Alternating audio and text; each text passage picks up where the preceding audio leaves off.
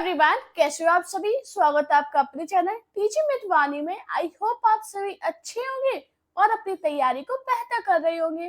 दोस्तों, आज की क्लास में हम हिंदी के कुछ महत्वपूर्ण प्रश्न करेंगे। आप किसी भी आइटम की तैयारी करो, ये क्लास आपके लिए इम्पोर्टेंट है। क्लास को पूरा जरूर देखना, उसके बाद जरूर मुझे कमेंट में बताना आपको मेरी क्लास कैसी लगी। उससे पहले अगर आप चैनल पर पहली बार आए हो, चैनल को सब्सक्राइब कीजिए, वीडियो को लाइक कीजिए, कमेंट में जरूर बताना आपको क्लास कैसी लगी और आपका स्कोर कितना गया। आज का हमारा पहला क्वेश्चन है, हिंदी की पहली सवाक बोलती फिल्म आलम आरा किस वर्ष रिलीज हुई थी? 1930, 1931, 1947, 1990। राइट आंसर क्या होगा? हाँ जी दोस्तों, हिंदी की पहली फिल्म आलम आरा किस वर्ष रिलीज हुई थी? आपको याद रखना 1931 में। इसका राइट आंसर है ऑप्शन बी। नेक्स्ट क्वेश्चन है, गीता में कितने श्लोक है? 700, 1800, 1100, 2100। हाँ जी बताइए, राइट आंसर क्या होगा? गीता में कितने श्लोक है? तो दोस्तों आपको याद रखना, गीता में भगवान कृष्ण द्वारा अर्जुन को दिया गया उपदेश है। इसमें 700 श्लोक है। इसका राइट आंसर है ऑप्शन ए। मिर्जा गालिब किस शासक के दरबारी कवि रहे? बहादुर शाह, जफर, शाहजहां, अकबर, हुमायूं। हाँ जी, मिर्जा गालिब किस शासक के दरबारी कवि रहे थे? तो दोस्तों आपको याद रखना, मिर्जा गालिब बहादुर शाह जफर के दरबारी कवि रहे थे। इसका राइट आंसर है ऑप्शन ए। दोस्तों आपको याद रखना, मिर्जा गालिब उर्दू एवं फारसी भाषा के महान शायर थे। कौन थे? तो आपको याद रखना, उर्दू या फारसी भाषा के महान शायर थे। अमृता प्रीतम किस भाषा की साहित्यकार है? हिंदी, सिंधी, पंजाबी, उर्दू। हाँ जी, अमृता प्रीतम किस भाषा की साहित्यकार है? तो दोस्तों आपको याद रखना, अमृता प्रीतम के संबंध पंजाबी भाषा से है। इन्होंने अपने साहित्य की सृजना इसी भाषा से की है। तो इसका राइट आंसर है ऑप्शन सी।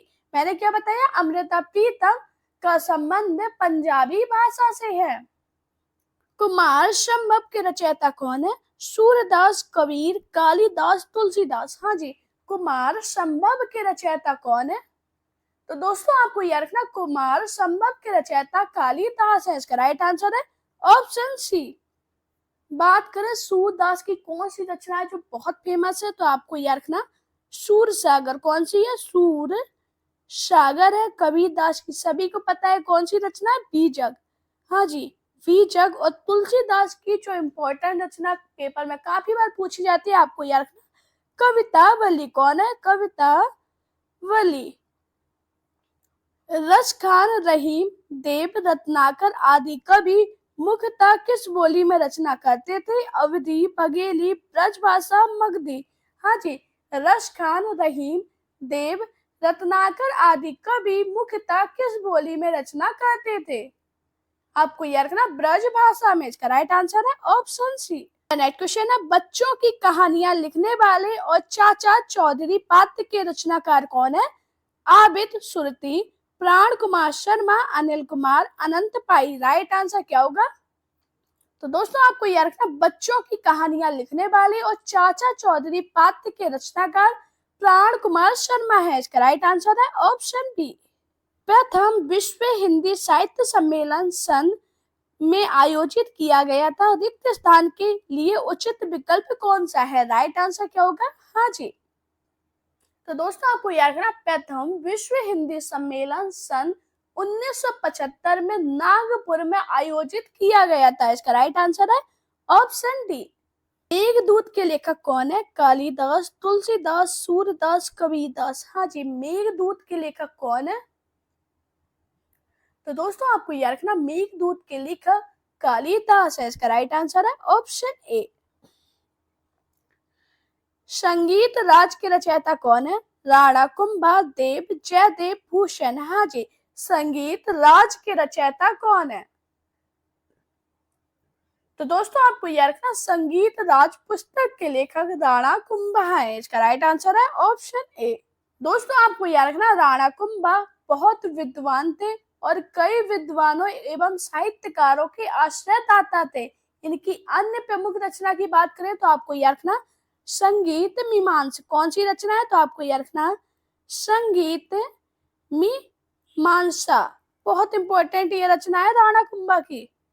रघुवंशम किसकी कृति है? सूरदास, तुलसीदास, कालिदास, रैदास। हाँ जी, रघुवंशम किसकी कृति है?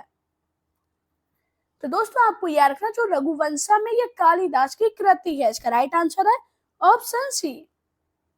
बात करें कालिदास की प्रमुख रचनाएं कौन सी है? तो आपको याद रखना मेघदूत, ऋतुसंहार, अभिज्ञान शाकुंतलम। बहुत पूछी जाती है अभिज्ञान शाकुंतलम किसकी रचना है? आपको याद रखना कालिदास की। मृच्छकटिकम किसकी रचना है? शूद्रक, सूरदास, चाणक्य, रैदास। राइट आंसर क्या होगा? दोस्तों आज थोड़ी तबीयत ठीक नहीं है इसलिए मेरी आवाज आपको ऐसा लग सकता है कि कम है।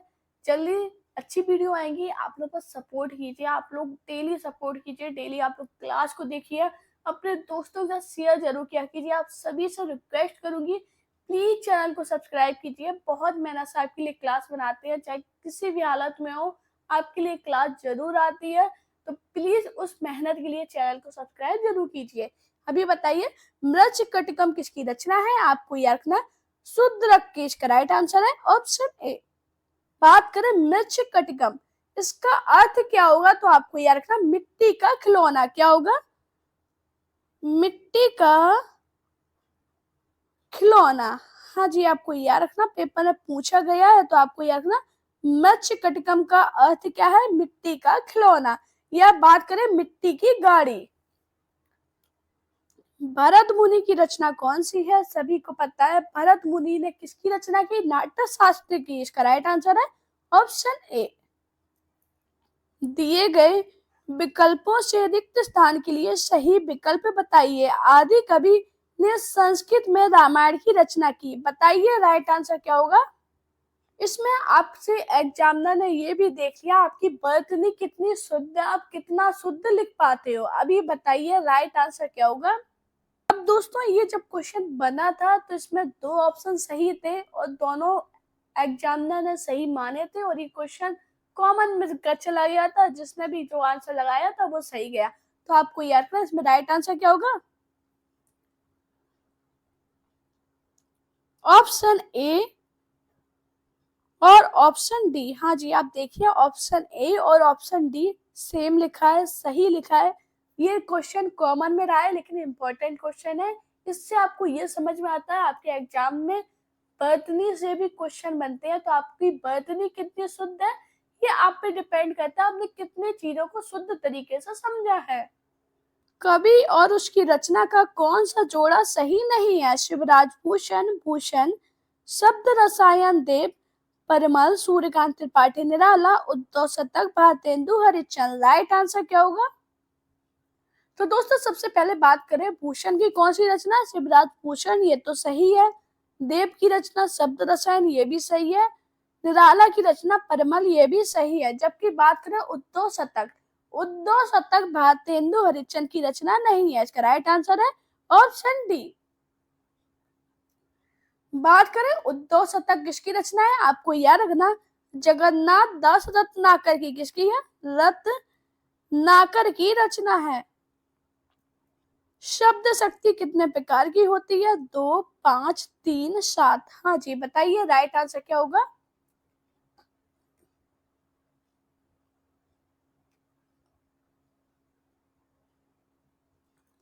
तो दोस्तों आपको याद रखना जो शब्द शक्ति है ये 3 प्रकार की होती है। कौन कौन सी? अविदा, लक्षणा, व्यंजना। इसका राइट आंसर है ऑप्शन सी। हिंदी का प्रथम समाचार पत्र 1826 ईस्वी में कहाँ से प्रकाशित हुआ था?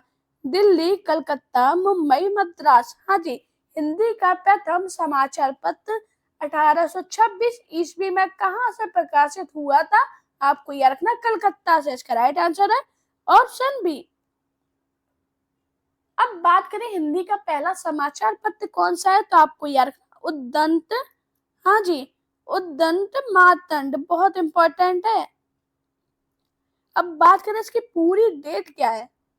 तो याद रखना 30 मई 1826। कब? 30 मई 1826 को कलकत्ता से प्रकाशित हुआ था। इसके संपादन कौन है? पंडित जुगल किशोर। हाँ जी, लिख लेना, पंडित जुगल किशोर।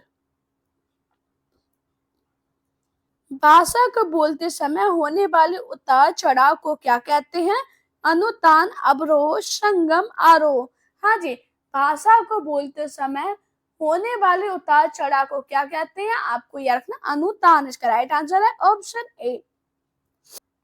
सितंबर मास में 10वां विश्व हिंदी सम्मेलन भारत में किस शहर में आयोजित किया गया था? नागपुर, नई दिल्ली, भोपाल, जयपुर। राइट आंसर क्या होगा? दोस्तों अभी मैंने आपको 5-5 मिनट की, 4-4 मिनट की या 10-10 मिनट की क्लास डाली है। वो क्लास जरूर देखना, जिसमें मैंने जितने भी इम्पोर्टेंट टॉपिक है आपको डिटेल में बताए हैं, जिससे आप वो कभी नहीं भूलो। और आप लोग अगर बोलोगे तो मैं उसकी पीडीएफ टेलीग्राम पर सेंड कर दूंगी। तो सभी लोग एक बार जरूर क्लास को देखना, आपको चीजें याद हो जाएंगी। छोटी क्लास रहती है तो चीजें याद जल्दी होती है, तो जरूर देखना। अभी बताइए, सितंबर मास में 10वां विश्व हिंदी सम्मेलन भारत में किस शहर में आयोजित किया गया था? आपको याद रखना, भोपाल में। इसका राइट आंसर है ऑप्शन सी। कब हुआ था? आपको याद रखना 2015 में। कब? 2015 में। बात करें प्रथम विश्व हिंदी सम्मेलन कब हुआ था, तो आपको याद रखना जनवरी में। कब हुआ था? जनवरी 1975 में। और कहाँ पे हुआ था? आपको याद रखना नागपुर में। कहाँ पे? नागपुर में। हिंदी दिवस किस तिथि को मनाया जाता है? सभी को पता है हिंदी दिवस किस तिथि को मनाते हैं? 14 सितंबर को। इसका राइट आंसर है ऑप्शन बी। अब क्यों मनाते हैं? तो आपको याद रखना, हिंदी को 14 सितंबर 1949 ईस्वी को राज्य भाषा का दर्जा दिया गया था। भाषा की शुद्ध रूप का ज्ञान किससे होता है? लिपि से, व्याकरण से, लिखित भाषा से, उपर्युक्त में से कोई नहीं। हाँ जी, भाषा के शुद्ध रूप का ज्ञान व्याकरण से होता है। इसका राइट आंसर है ऑप्शन बी। भाषा में अभिव्यक्ति के कितने रूप हैं? 2, 4, 3, 5। हाँ जी, भाषा में अभिव्यक्ति के कितने रूप हैं? आपको याद रखना 3। इसका राइट आंसर है ऑप्शन सी। कौन कौन से? आपको याद रखना, मौखिक, लिखित, सांकेतिक। पाली किस धर्म की भाषा है? जैन, बौद्ध, पारसी, यहूदी। हाँ जी, पाली किस धर्म की भाषा है? तो आपको याद रखना, पाली बौद्ध धर्म की भाषा है। इसका राइट आंसर है ऑप्शन बी।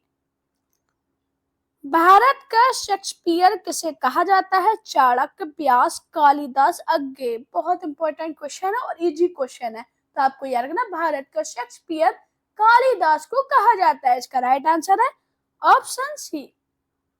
भाषा के आधार पर भारतीय राज्यों की पुनः संरचना की गई थी 1952, 1954, 1953, 1956। हाँ जी, भाषा के आधार पर भारतीय राज्यों की पुनः संरचना की गई थी 1956 में। इसका राइट आंसर है ऑप्शन डी। भाषाई आधार पर सर्वप्रथम किस राज्य का गठन हुआ? पंजाब, राजस्थान, जम्मू कश्मीर, आंध्र प्रदेश। हाँ जी, राइट आंसर क्या होगा? तो दोस्तों आपको याद रखना, भाषाई आधार पर सर्वप्रथम आंध्र प्रदेश राज्य का गठन हुआ। इसका राइट आंसर है ऑप्शन डी। हिंदी शब्द की उत्पत्ति फारसी भाषा के अंतर्गत किस शब्द से हुई? बताओ, राइट आंसर क्या होगा? तो आपको याद रखना सिंधु। इसका राइट आंसर है ऑप्शन बी। बात करें हिंदी शब्द का विकास क्रम क्या है, तो आपको याद रखना, सबसे पहले क्या बोला गया? सिंधु। उसके बाद, हाँ जी, सिंधु के बाद हिंदू, सिंधु के बाद हिंदू, हिंदू के बाद क्या बोला गया? हिंद। हाँ जी, हिंद के बाद हिंदीक, हिंदीक। उसके बाद हिंदी। दोस्तों आपको याद रखना, ये हिंदी शब्द का विकास क्रम है। आपसे पूछा जाए तो आपको याद रखना है कि हिंदी शब्द का विकास क्रम क्या है। स्वाधीनता संघर्ष के दौरान राष्ट्रभाषा के रूप में हिंदी के प्रचार प्रसार में इनमें से किसकी सक्रिय भूमिका रही? जवाहरलाल नेहरू, अंबेडकर, इंदिरा गांधी, स्वामी दयानंद सरस्वती। राइट आंसर क्या होगा? हाँ जी, स्वाधीनता संघर्ष के दौरान राष्ट्रभाषा के रूप में हिंदी के प्रचार प्रसार में इनमें से किसकी सक्रिय भूमिका रही है? तो आपको याद रखना स्वामी दयानंद सरस्वती की। इसका राइट आंसर है ऑप्शन डी। स्वाधीनता आंदोलन के दौरान हिंदी किसका पर्याय बनी? पढ़े लिखे भारत का, राष्ट्रीय एकता का, शिक्षित भारत का, देश भर से संपर्क। राइट आंसर क्या होगा? हाँ जी, स्वाधीनता आंदोलन के दौरान हिंदी राष्ट्रीय एकता का पर्याय बनी। इसका राइट आंसर है ऑप्शन बी। निम्नलिखित में से कौन सी विशेषता समाचार लेखन से जुड़ी नहीं? नवीनता, स्पष्टता, संक्षिप्तता, विरोधाभास। राइट आंसर क्या होगा? हाँ जी, निम्नलिखित में से कौन सी विशेषता समाचार लेखन से जुड़ी नहीं है? आपको यह रखना विरोधाभास। इसका राइट आंसर है ऑप्शन डी। रेडियो लेखन के अंतर्गत ध्वनि रूपक निर्माण के लिए आवश्यक नहीं है संगीत, आलेख, मंच सज्जा, सूत्रधार की ध्वनि। हाँ जी, राइट आंसर क्या है? तो दोस्तों आपको याद रखना रेडियो लेखन के अंतर्गत ध्वनि रूपक निर्माण के लिए मंच सज्जा आवश्यक नहीं है। इसका राइट आंसर है ऑप्शन सी। दूरदर्शन के विज्ञापनों में प्रतिबंधित है, बताइए राइट आंसर क्या होगा? दोस्तों ये क्वेश्चन आपका केबीएस पीजीटी हिंदी 2017 में पूछा गया। बताओ राइट आंसर क्या है? आपको याद रखना हिंसा एवं यौन प्रसंग। इसका राइट आंसर है ऑप्शन सी। प्रयोजन मूलक हिंदी में किस तत्व का अभाव होता है? स्पष्टता, संप्रेषणीयता, तत्परकता, कल्पनाशीलता। हाँ जी, प्रयोजन मूलक हिंदी में किस तत्व का अभाव होता है? आपको याद रखना कल्पनाशीलता का। इसका राइट आंसर है ऑप्शन डी। टिप्पणी लेखन से तात्पर्य। राइट आंसर क्या होगा? तो आपको याद रखना किसी विषय पर उच्च अधिकारी द्वारा लिखी गई टिप्पणी। इसका राइट आंसर है ऑप्शन सी। मध्यकाल में मुगलों के शासन के समय राज दरबार में कौन सी भाषा राजकाज की भाषा थी? अरबी, हिंदी, पंजाबी, फारसी। राइट आंसर क्या होगा?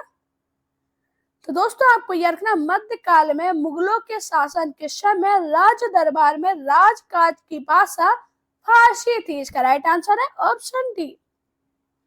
दोस्तों कमेंट में जरूर बताना आपको मेरी क्लास कैसी लगी। अगर आपको मेरी वीडियो पसंद आई हो तो चैनल को सब्सक्राइब कीजिए, वीडियो को लाइक कीजिए, कमेंट में बताना क्लास कैसी लगी और आपका स्कोर कितना गया। बस ऐसे ही अपना प्यार और सपोर्ट चैनल पे बनाए रखिए। Thank you guys for watching this video.